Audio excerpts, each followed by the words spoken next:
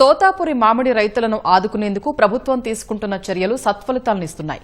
చిత్తూరు, తిరుపతి, అన్నమయ్య జిల్లాల్లో ఇప్పటివరకు 3,08,261 మెట్రిక్ టన్నుల మేర మామిడిని ట్రేడర్లు, ప్రాసెసింగ్ యూనిట్లు రైతుల నుంచి కొనుగోలు చేశాయి. సీఎం చంద్రబాబు ఆదేశాల మేరకు ప్రాసెసింగ్ యూనిట్లు, పల్ప్ పరిశ్రమలు సామర్థ్యం మేరకు మామిడిని కొనుగోలు చేస్తున్నాయి.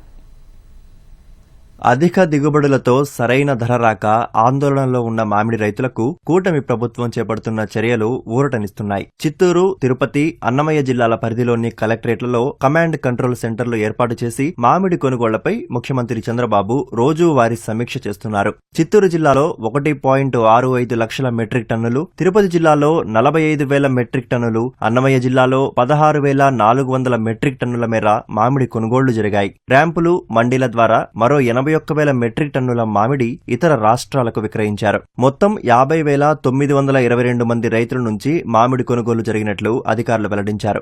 3 జిల్లా కలెక్టరేట్లలోనూ కమాండ్ కంట్రోల్ కేంద్రాలు ఏర్పాటు చేసి ఈ మామిడి కొనుగోళ్లను రాష్ట్ర ప్రభుత్వం నిరంతరం పర్యవేక్షిస్తోంది. మొత్తంగా ఈ సీజన్లో 3,75,000 మెట్రిక్ టన్నుల మేర దిగుబడి వస్తుందని అధికారులు అంచనా వేశారు.